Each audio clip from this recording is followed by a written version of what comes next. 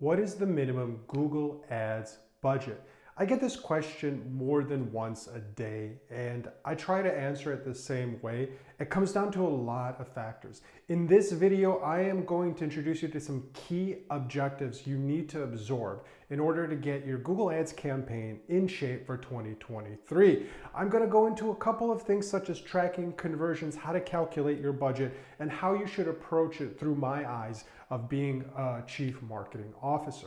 So this video is going to be pretty tasty, so make sure you sit down and come back to it. But overall, it comes down to really your budget, because that is enough to get the ball rolling and have it grow over time. And as your success grows on Google Ads, it gets a lot easier to understand how you're going to approach different challenges, because you're going to experience them. You're going to have to compete with other businesses in your arena, and you're going to have to win, because ultimately your desire is the passion that's going to fuel your business, which gets marketers and salespeople like me really excited to work alongside you.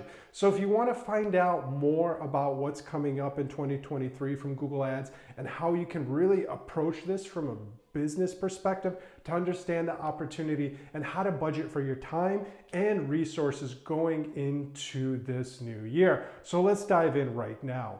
What is the minimum Google Ads budget? So we talked a little bit about all the different considerations and factors you already need to know going into this program. But tracking, I would say, is the most important one. If you're not tracking your conversions on your website, you're not getting the business intelligence you need. So Google Analytics 4, that's coming out June 2023 of this year. And you have to be prepared with conversions. You have to prepare and migrate your conversions. You have to know what your micro conversions are. Are people clicking around on the site? Do they have to enter their email address before they convert into a macro conversion, which is something you're measuring, right? You know these costs. You have to figure out these costs to be successful. And if you have some sort of a custom shopping cart experience and it's not integrated with Google Analytics, you're basically blind. Right? So you have to find a solution and integrate it and get the systems talking together. It's a lot like shoelaces, right? Once you tie your shoes together, it becomes a lot easier to manage the infrastructure. Everyone wants to go to the cost. All right, let's get into the cost per clicks.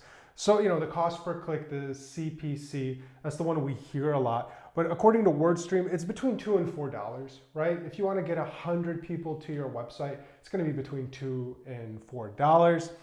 The max cost per click could be about $50, but that can go more, again, depending by your location, your industry, the keyword types, the time and the day, and the website user experience that is being felt by the actual consumer that's going to make a decision.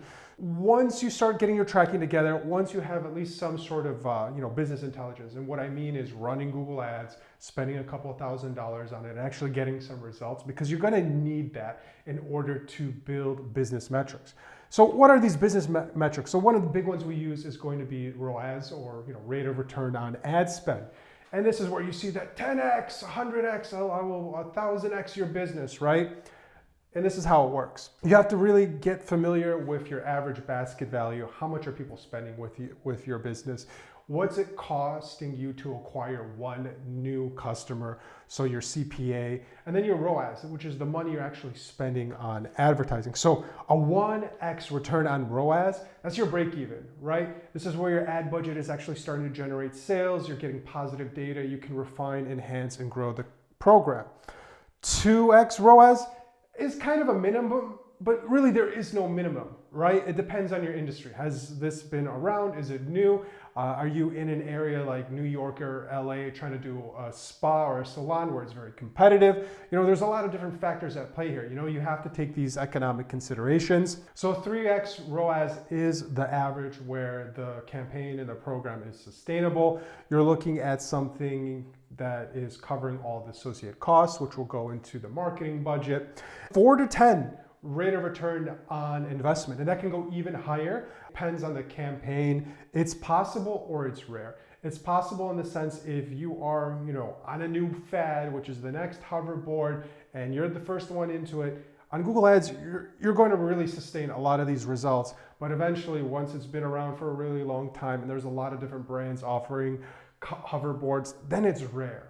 And it's the competition, it's the amount of people searching. And This is where we go into the marketing budget. There's more than enough people on the Google network. Billions and billions of people use Google every single year.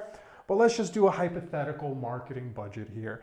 You have a budget of about $1,000 a month, and your cost per acquisition for a new customer is going to be $200 each. So we did 5 sales off that budget. We know our average basket value that each of these customers that we acquired for $200, well, they spend about $500, right? So that's pretty good. The overall revenue is going to be $2,500. Your rate of return on ad spend, that's 2.5x.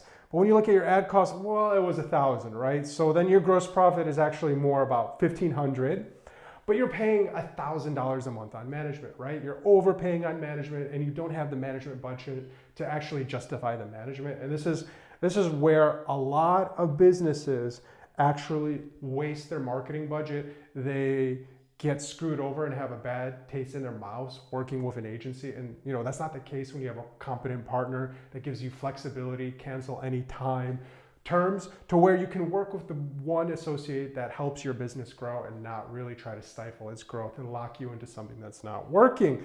And at the end of all this, $500 pre-tax. And once you do the taxes, you have to factor in all of your other expenses and all of your overhead that runs into this campaign. So obviously you want that number to go up. So to recap, you have to have the tracking in place, and you have to know what are all the business objectives you want to measure and factor into your calculations. You have to understand who your customers are, how much is it costing you to acquire these clicks, because you're paying for these clicks. And your ROAS, really, what is the historical knowledge on our performance? What is our rate of return on advertising spend? Because that's something you can carry on and move into the next stage of the program. And advertising is always a constant kinetic motion of improvement, and translating that over into business questions, which is your marketing budget. And you have to start considering all of these different metrics that apply to your business. So I listed out a lot of different things, and there's even more to take into how Google Ads works.